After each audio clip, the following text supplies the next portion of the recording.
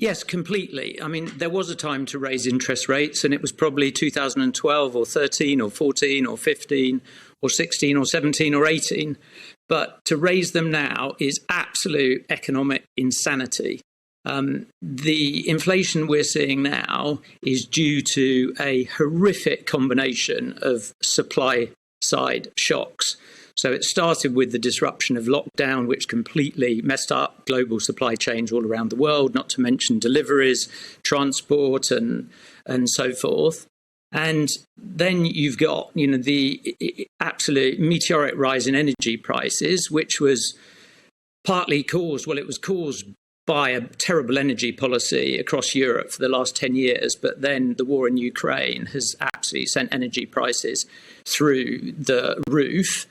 You've got food and prices now rocketing because of the crops in Ukraine elsewhere and bad crops in South America.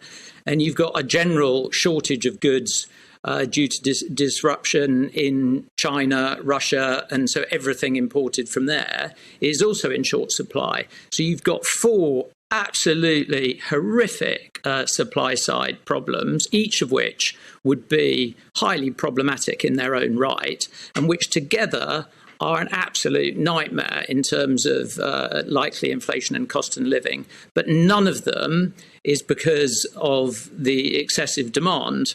And so these are supply side shocks, and interest rates will do absolutely nothing to address any of them, and will make the whole situation hugely worse and potentially tip a potentially mild recession into a very deep recession.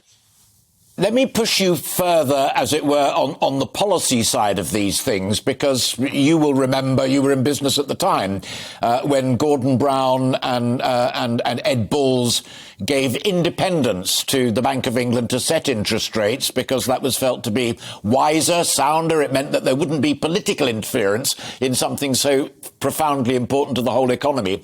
Do you think there's now an argument for Rishi Sunak to pick up the phone to the Bank of England and say, sorry, guys, the state we're in economically is such that I'm going to change those rules and here's what I want you to do to help save the economy?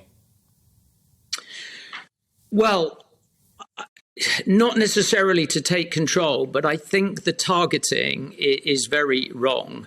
I mean, what happened? I mean, some of these issues go back a long way, as you know, Alistair. So really going back to the late 90s, interest rates and cheap money have been available. That should have come to an end in 2008. And it would have ended with a horrible depression. I mean, thanks to a policy that was really invented, if you like, or certainly proposed by Ben Bernanke, the catastrophe of 2008 was averted. But rates were never raised again, and all the money printing that happened following 2008 was never reversed. And one of the reasons was that the targeting for the central banks was retail price inflation, whereas the inflation we saw through the 2000s was asset price inflation. I mean, asset prices went through the roof because of all this free money, cheap money, what have you. The stock market went through the roof, tech stocks, private equity, real estate, bond prices, you name it, because the banks were looking at retail price inflation, and so they weren't controlling asset price inflation.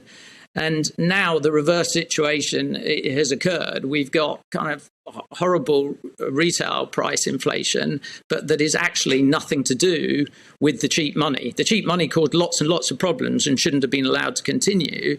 But the problem we've got now is not the cheap money, it is a supply side shock. So the central bank mandate in terms of looking at a target range for retail price inflation is just simply wrong. It's wrong for the economy. And if it's not addressed, the Bank of England and the other central banks could, as I say, turn a short recession, which will be bad enough anyway, into something much, much worse. And it's just economically illiterate to do what they're doing.